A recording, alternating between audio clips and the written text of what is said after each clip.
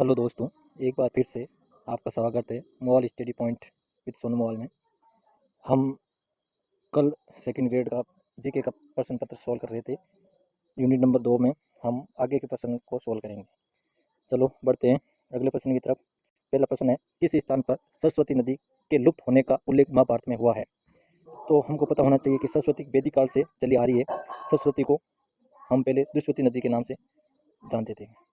तो ये पूछ रहा है कि ये सरस्वती नदी कहाँ लुप्त हो गई। तो इसका सही उत्तर होगा विल्सन। त्रिवेणी नहीं होगा, वुल नहीं होगा, कालीबंगा नहीं होगा, क्योंकि विल्सन ये पड़ता है पंजाब के पटियाला क्षेत्र में।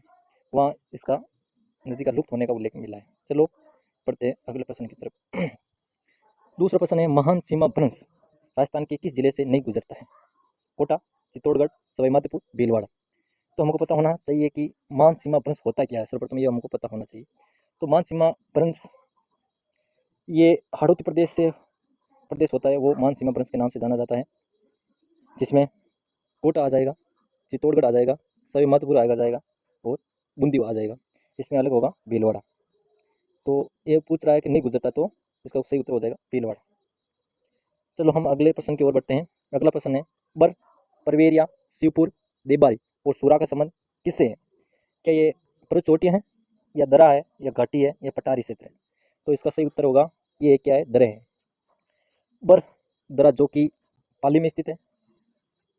परवेरिया, शिवपुर और सूरा, कौन कौन से? परवेरिया, शिवपुर और सूरा, ये कहाँ पे? अजमेर में, ये अजमेर में है। और देवबारी ये कहाँ पर है? ये उदयपुर में। कहाँ पर है? उदयपुर में। तो ये पूछ रहा है, प्रश्न क्या पूछ रहा है कि इसका संबंध किससे है? तो ये क्या हो जाएगा? दरा। इसका उत्तर हो जाएगा 2 नंबर। ठीक है, अगले प्रश्न की ओर बढ़ते हैं। ललित ललाम ग्रंथ के लेखक कौन है? ललित ललाम जो कि मत्तीराम के द्वारा लिखा गया एक ग्रंथ है। ठीक है, चलो अगले प्रश्न की ओर बढ़ते हैं। क्वेश्चन नंबर 20, राजस्थान में 2001 से 2011 दशक में न्यूनतम 10 की जनसंख्या वृद्धि दर वाला जिला कौन सा है? पाली, बूंदी, श्रीगंगानगर या सीकर? तो हमको पता होना चाहिए कि राजस्थान में 10 की वृद्धि दर अभी है कितनी। तो इसका उत्तर होगा 21.31%, जो कि ज़्यादा है बाड़मेर की। कितनी है? 32.5। बाड़मेर कितनी है ज़्यादा? 32.8%। और ये हमको क्या पूछ रहा है कि सबसे कम किस जिले की है?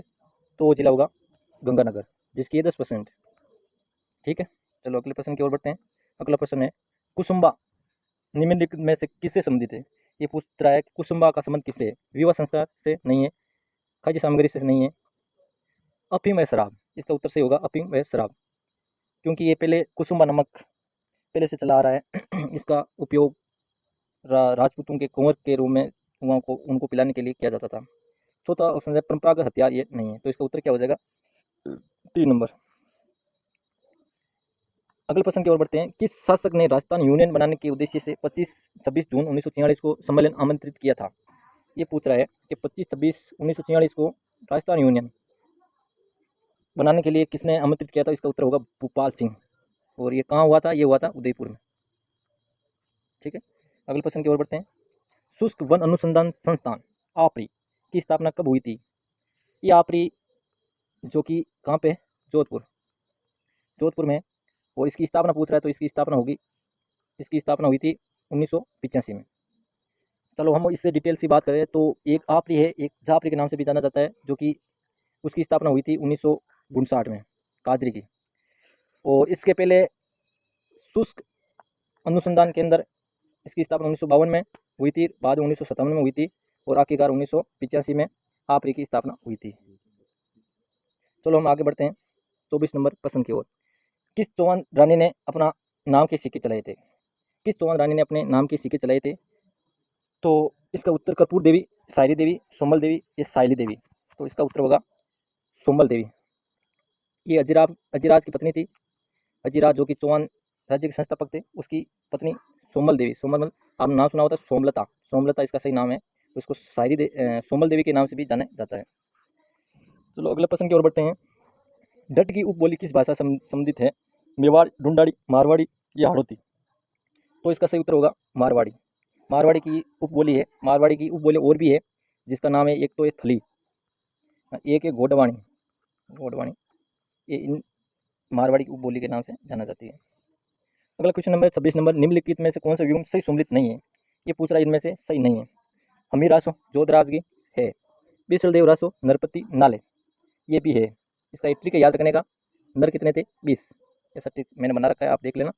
अगला है खुमान रासो जयनक, तो खुमान रासो की जयनक नहीं है, क्योंकि जयनक पृथ्वीराज रासो लिखा था, खुमान रासो दलपत विजय की है। खुमान रासो किसकी है? दलपत विजय की।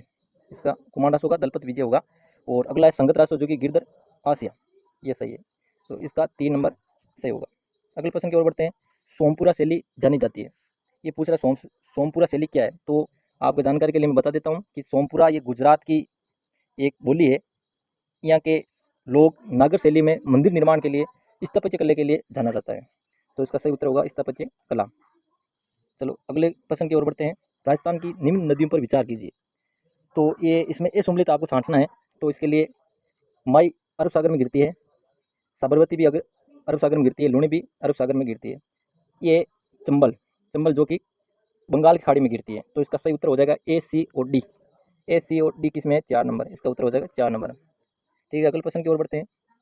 2011 की जनगणना के अनुसार राजस्थान के किस जिले की जनसंख्या प्रति सर्वाधिक शहरी क्षेत्र में रहता है?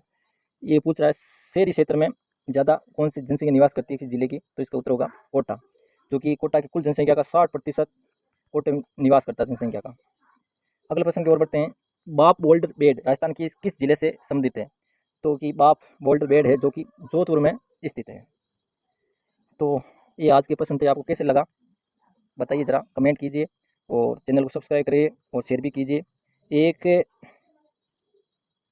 बच्चों की डिमांड थी कि